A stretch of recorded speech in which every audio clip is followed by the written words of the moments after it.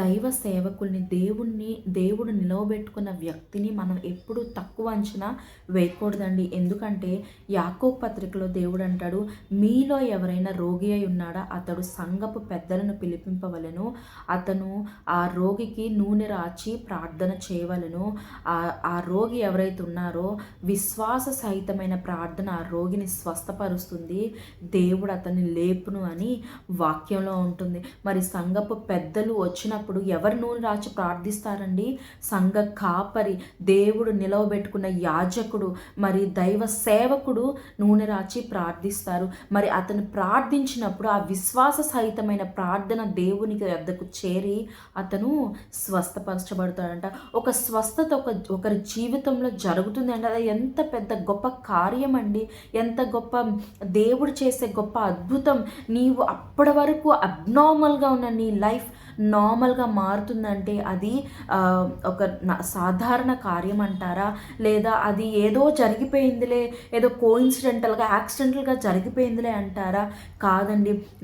దైవజనులు ఎవరైతే ఉన్నారో వాళ్ళల్లో దేవుడు ఆయన వాక్కు ఉంచాడు. ఆ వాక్కుకు దేవుడు ఫలితం ఇస్తాడంట. సువార్త ప్రకటించు వారి పాదములు ఎంతో సుందరములైనవని దేవుడు మాట్లాడుతూ ఉన్నాడు. మరి మన దైవ సేవకులకి మనం విలువిస్తున్నామా? ఎందుకంటే నేను పర్సనల్గా ఎక్స్పీరియన్స్ చేశానండి. ఒక దైవ సేవకుల ప్రార్థన ఎంత ఇంపార్టెంటో నేను ఎక్స్పీరియన్స్ చేశాను. ఏంటంటే నేను కాలేజ్లో ఒక అడ్మిషన్ కోసం నేను ఎదురు చూస్తూ ఉన్నాను. నేను రోజు ప్రార్థిస్తూనే ఉన్నాను, నేను భక్తిగానే ఉన్నాను, ప్రార్థిస్తూనే ఉన్నాను, కానీ కార్యం జరగట్లేదు. నాకు అక్కడి నుంచి ఫోన్ రావట్లేదు, నాకేమో టెన్షన్ అయిపోతుంది. కానీ ఎప్పుడైతే ఒకరి సలహా మేరకు నేను ఒక దైవజనునికి ఫోన్ చేసి ఇలా నా కాలేజీలో అడ్మిషన్ కోసం నేను ఎదురు చూస్తున్నానండి అని ప్రార్థన చేయించుకున్నప్పుడు, ఆయన ప్రార్థన చేసిన నెక్స్ట్ డే అండి నాకు ఆ కాలేజ్ నుంచి కాల్ వచ్చింది, మీరు రావచ్చు, మీరు ఇక్కడ జాయిన్ అవ్వచ్చు, అడ్మిషన్ తీసుకోవచ్చు అని. మరి ఎందుకు చెప్తున్నాను అంటే మన జీవితంలో మన ప్రార్థనలే కాదు, దేవుడు మన కొరకు నియమించిన దైవ సేవకులు, మన కొరకు నియమించిన యాజకుల నోట్లో ఆశీర్వాదపు వచనములు దేవుడు ఉంచాడు. వారు ఏదైతే పలుకుతారో దానికి దేవుడు ప్రతిఫలం ఇస్తాడు. వారి వాక్కును దేవుడు ఫలింపజేస్తాడు. మరి మనకు అనుభవం ఉందా? ఏదో చర్చికి వెళ్తున్నాం, ప్రార్థన చేసుకుంటున్నాం, వాక్యం వింటున్నాం, వచ్చేస్తున్నాం, అంతేకాని దైవ సేవకుల్ని కలుస్తున్నామా? దైవ సేవకుల ద్వారా వారితో చేయి మన తల మీద పెట్టించుకొని నూనె రాపించుకొని మనం ప్రార్థన చేయించుకుంటున్నామా? ఎందుకంటే అది చాలా ముఖ్యం. అది నువ్వు రోగివైతే నీకు స్వస్థత వస్తుంది.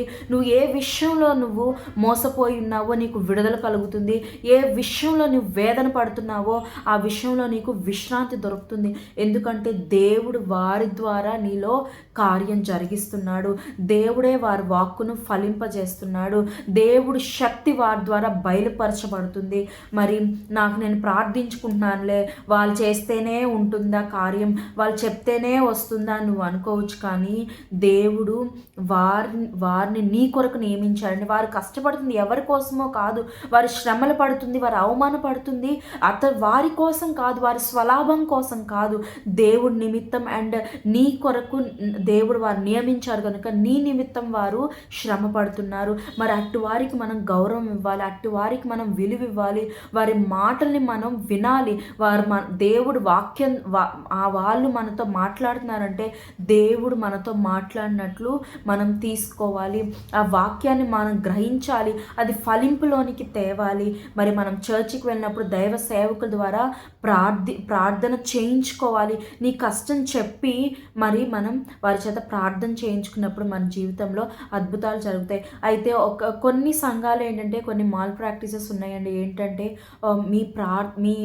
మీరు ఏదైతే పాపాలు చేశారో ఆ పాపాలు దైవ సేవకుల దగ్గర ఒప్పుకోవాలని ఒక మిస్నార్మల్ అంటే ఒక మాల్ ప్రాక్టీస్ క్రియేట్ చేశారు. మరి ఇది చాలా తప్పు.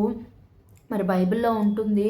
మీరు ఒకరి పాపాలు ఒకరి దగ్గర ఒప్పుకోండి అంటే, ఒకరి పట్ల మనం ఏమైనా తప్పిదం చేస్తే, ఆ పర్సన్ దగ్గరికెళ్ళి అపాలజైజ్ చేయమన్నట్లు దేవుడు చెప్పాడే కానీ, మీ సంఘపు పెద్దల దగ్గరికెళ్ళి మీరు చేసిన పాపాలంతా చెప్పుకోండని దేవుడు ఎక్కడా చెప్పలేదండి. మరి మీరు అలా చెప్పినప్పుడు ఏమవుతదండి, వారి దృష్టికి మీరు చాలా చీప్ అయిపోతారు.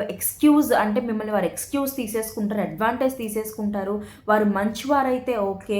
ఎవ్వరికి దాన్ని రివీల్ చెయ్యరు. కానీ ఎప్పుడైతే వారు అడ్వాంటేజ్ తీసుకోవాలని ఒక భక్తిహీనతలో ఉన్నవారైతే వారు ఏం చేస్తారు, నీ సీక్రెట్స్ అన్నీ అందరికీ చెప్పేస్తారు. లేదా దాన్ని బట్టి నిన్ను బ్లాక్‌మెయిల్ చేస్తారు. రకరకాలండి. వాళ్ళు మన మీద అడ్వాంటేజ్ తీసుకోవడానికి మనమే వారికి ప్రోత్సాహాన్ని ఇస్తున్నాం. మనమే వారికి అన్నీ చెప్పేసి మన మీద అధికారాన్ని ఇస్తున్నాం. సో అలాంటి మాల్ ప్రాక్టీసెస్ కాదు. కానీ మనం ఎప్పుడైతే నాకు పలానా ఇబ్బంది ఉంది అని మాత్రమే మనం చెప్పాలని దైవ సేవకులకి. కానీ చెప్పకూడనివి అంటే నేను ఒకప్పుడు ఇలా ఉండేవాడిని, ఇప్పుడు ఇలా మారానని చెప్పడం తప్పు కాదు. కానీ నీ సీక్రెట్స్ అన్నీ వారి దగ్గర చెప్పి నేను ఇలా చేసేవాడిని, ఇప్పటికి ఇలా చేస్తున్నానని నువ్వు చేసేవన్నీ చెప్పినప్పుడు వారి దృష్టికి నువ్వు చెడ్డదానివి అయిపోతావు. వారి దృష్టికి నువ్వు ఎక్స్‌క్యూజబుల్ పర్సన్‌వి అయిపోతావు. సో అలాంటివి కాదు. కానీ నీ బాధ ఏదైతే ఉందో నువ్వు వారికి చెప్పినప్పుడు దేవుడు వారి ద్వారా కార్యం జరిగిస్తాడు. వారి ద్వారా దేవుడు నీకు స్వస్థత అనుగ్రహిస్తాడు. వారి ద్వారా నీకు సమస్య నుంచి విడుదల అనుగ్రహిస్తాడు. అలా అని మీరు ప్రార్థన చేసుకోవద్దని చెప్పట్లేదు. మీ ప్రార్థన మంచిదే, గొప్పదే. కానీ ఎప్పుడైతే దైవ సేవకుల ద్వారా మనం ప్రార్థన చేయించబడతామో అప్పుడు ఇంకా గొప్ప కార్యాలు మన జీవితంలో జరుగుతాయి. దేవుడు ఈ వాక్యాన్ని మీ వెనుకలో దీవించి ఆశీర్వదించును గాక. ఆమేన్.